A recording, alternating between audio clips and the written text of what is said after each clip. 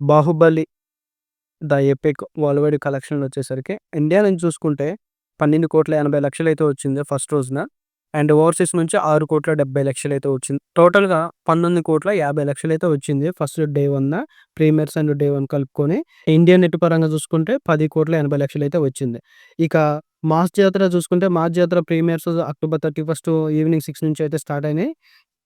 Premieres నుంచి 2,90,00,000 అయితే వచ్చింది. డే 1 వచ్చేసరికి 3,75,00,000 అయితే వచ్చింది ఇప్పటి వరకు.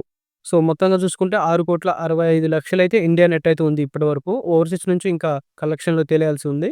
ఇండియా నెట్ పరంగా చూసుకుంటే 6,65,00,000 అంటే ఇంతకుముందు 'రవితేజ' గారి 2 సినిమాలతో పోల్చుకుంటే ఇవి కొంచెం బెటర్‌గానే ఉన్నాయి. 'మిస్టర్ బచ్చన్' వచ్చేసరికి 5,70,00,000 ఏమో వసూలు చేసింది ఫస్ట్ రోజున. అలాగే 'ఈగల్' సినిమా వచ్చేసరికి 6,20,00,000 అయితే వసూలు చేసింది. వాటికంటే కొంచెం బెటర్‌గా అయితే పర్ఫార్మెన్స్ చేస్తుంది ఇప్పటివరకైతే. 6,65,00,000 అయితే వసూలు చేసింది డే 1 అయితే. సో, డే 2 కూడా సండే కాబట్టి ఇంకొంచెం బెటర్‌గా ఉండే అవకాశాలైతే ఉన్నాయి. కాకపోతే ఈ సినిమాకి కొంచెం మిక్స్డ్ టాక్ అయితే వస్తుంది.